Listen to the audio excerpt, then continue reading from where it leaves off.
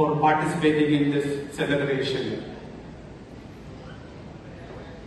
So let me at the beginning wish our Honorable Chairman a grand birthday wishes to you, dear Chairman.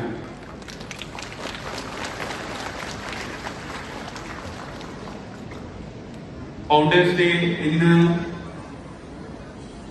നമ്മുടെ തിരുവനന്തപുരത്ത് മാത്രമല്ല, ചെയർമാന്റെ പ്രസ്ഥാനം എവിടെയുണ്ടോ അവിടെയൊക്കെ ഇന്ന് ഈ സെലിബ്രേഷൻ നടക്കുകയാണ്. സാധാരണ ഏകദേശം 56 വർഷമായി അദ്ദേഹം ഈ ഫൗണ്ടേഴ്സ് ഡേ എന്നുള്ള അദ്ദേഹത്തിന് ഇഷ്ടപ്പെടുന്നത് സ്റ്റാഫ് ഡേ ആയിട്ട് സെലിബ്രേറ്റ് ചെയ്യാനാണ്.